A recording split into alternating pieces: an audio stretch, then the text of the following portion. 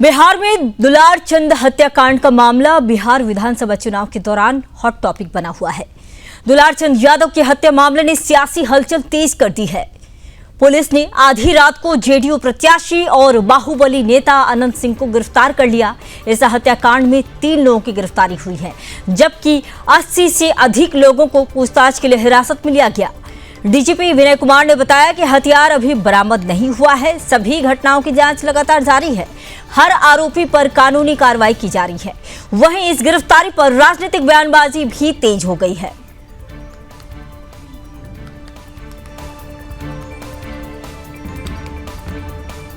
तो अनंत सिंह की गिरफ्तारी पर महागठबंधन, आपने सुना, अब पटना सीनियर एसपी ने भी पूरा प्रेस ब्रीफिंग किया है। उन्होंने पूरी तरह से स्पष्ट कर दिया है कि किस प्रकार से गिरफ्तारी हुई है। नहीं, ये सब अनुसंधान का विषय है। इस पर अनुसंधान के पश्चात ही पता चलेगा कि किसका क्या इंटेंशन था, नहीं था। लेकिन जो घटना हुई है उसमें दुलार चंद यादव जी की मृत्यु हुई है, ये तथ्य है। वहां पर झड़प हुआ है। दोनों जो उम्मीदवार हैं उनके समर्थकों के द्वारा जो गाड़ियों से आ रहे थे वो एक दूसरे से झड़प हुआ है, स्टोन पेल्टिंग वगैरह हुआ है। तो इन सभी के संबंध में कांड दर्ज किए गए हैं और 80 से अधिक लोगों की इन सभी कांडों में गिरफ्तारियां हुई हैं, इंक्लूडिंग। तो अनंत सिंह की गिरफ्तारी पर महागठबंधन के सीएम उम्मीदवार और आरजेडी नेता तेजस्वी यादव ने कहा, ये तो होना ही था। लेकिन आज पीएम मोदी आ रहे हैं। आप देख सकते हैं कि बिहार में महाजंगल राज है। सुनिए। में, रोहतास में, आरा में पिता पुत्र की हत्या कर दी गई। लगातार जो है महाजंगल राज की स्थिति बिहार में बनी हुई है। कोई ऐसा दिन नहीं बिहार में जहां गोलियां ना चल रही। ये प्रधानमंत्री जी को नहीं दिखता है। आप सब लोगों को बता देना चाहते हैं कि हम लोगों की सरकार जो है बनने जा रही है, महागठबंधन की सरकार बनने जा रही है। 14 तारीख को रिजल्ट आने वाला है। 18 तारीख को शपथ होगा और 26 नवंबर और 26 जनवरी के बीच में चाहे कोई जात के, कोई धर्म के, कोई भी अपराधी हो, बीच में खरवास आता है। इस खरवास में सभी अपराधियों को तेजस्वी जेल भेजने का काम करेगा। सख्त से सख्त जो है कार्रवाई। वहीं जेडीयू उम्मीदवार अनंत सिंह की दुलार चंद यादव हत्या मामले में गिरफ्तारी पर बीजेपी नेता राजीव प्रताप रूडी ने कहा, दुलार चंद यादव के बारे में कुछ इतिहास निकल कर आया है। अपराध का कोई संरक्षण करता नहीं है। कानून अपना काम करेगा, चुनाव आयोग अपना। सुनिए।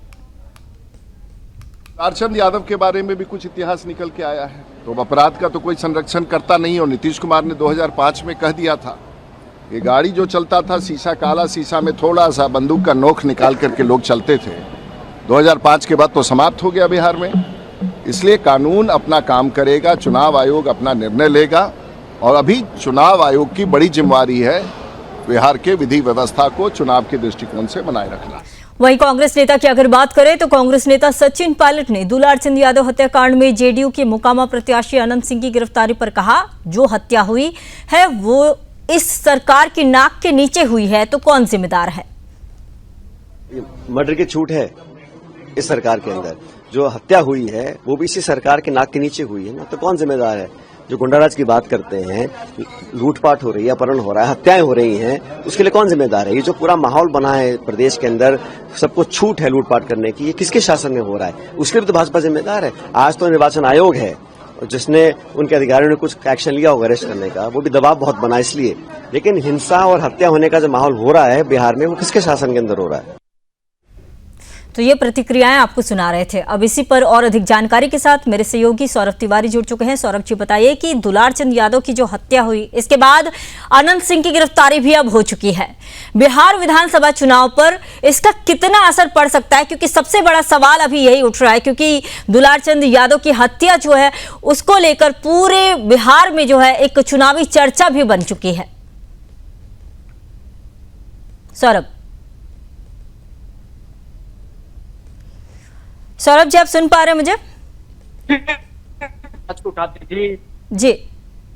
और वहीं अगर किया जाए तो हत्या ने जो सियासी बवाल खड़ा कर दिया है। अब जो विपक्ष है वो एनडीए सरकार को घेरने का काम कर रहा है।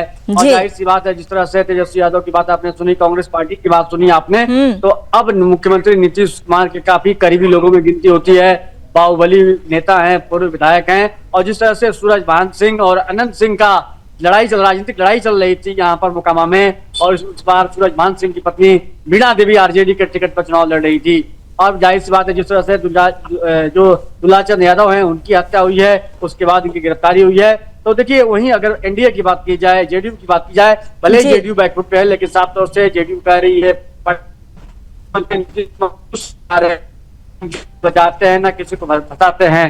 तो जाहिर सी बात है, जिस तरह से गिरफ्तारी हुई है, हत्या हुई है, बात क्या हुई थी कि दोनों पक्षों का जो काफिला है वो निकल रहा था, और गाड़ियों के आधार निकालने के चक्कर में नोकझोंक हुई। जो कार्यकर्ता है वो उत्तेजित हो जाते हैं। और आपने संगीता, आपने भी देखा होगा, आपने भी कई चुनाव कवर किए हैं कि अगर एक जो उम्मीदवार है उसका काफिला निकलता है, अगर उसी रूप में दूसरे प्रत्याशी का काफिला आता है तो उसको लेकर जोश जो टेम्पो होता है वो हाई होती है, नारेबाजी शुरू होती है, उसके बाद पत्थरबाजी यहाँ पर शुरू हो गई, और उसके बाद इनकी दुलाचंद की हत्या हो गई। आरोप लगाए जा रहे हैं कि बाहुबली नेता अनंत सिंह उससे मौजूद थे और उसको उन पर आरोपी बनाया गया है, और उनके साथ उनके सहयोगी को कल बाढ़ से गिरफ्तार किया गया है। तो जाहिर सी बात है, देखिए सौरभ, देखिए मोकामा विधानसभा जो है, मोकामा विधानसभा को लेकर हमेशा से ही कहा जा रहा है कि ये बाहुबलियों का गढ़ रहा है, और इसके पहले भी कई आपराधिक मामले देखे जा चुके हैं मोकामा में। तो एक जहां एक और ये आ रही थी एक और बात कि अब जो है मोकामा में इस तरह की घटनाएं नहीं होती हैं, लेकिन एक बार फिर से इस तरह की घटना सामने आना, तो क्या लग रहा है कि अभी भी वही परिस्थिति बनी हुई है क्या मोकामा में? जी देखिए, अनंत सिंह का जो इतिहास रहा है संगीता, क्योंकि आप भी बिहार से आती हैं तो आपको भी अनंत सिंह का इतिहास पता है। बाहुबली भी नहीं है, इससे में थे हैं, तो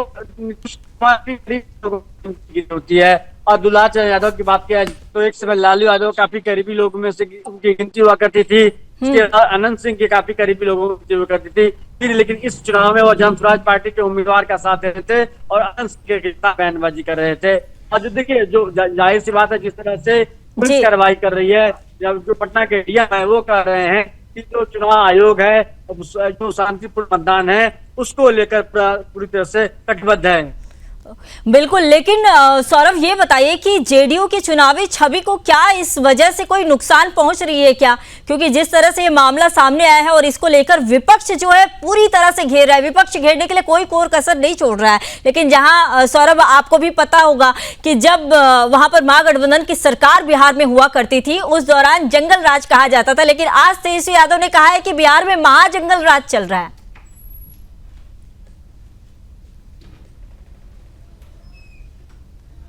सौरभ।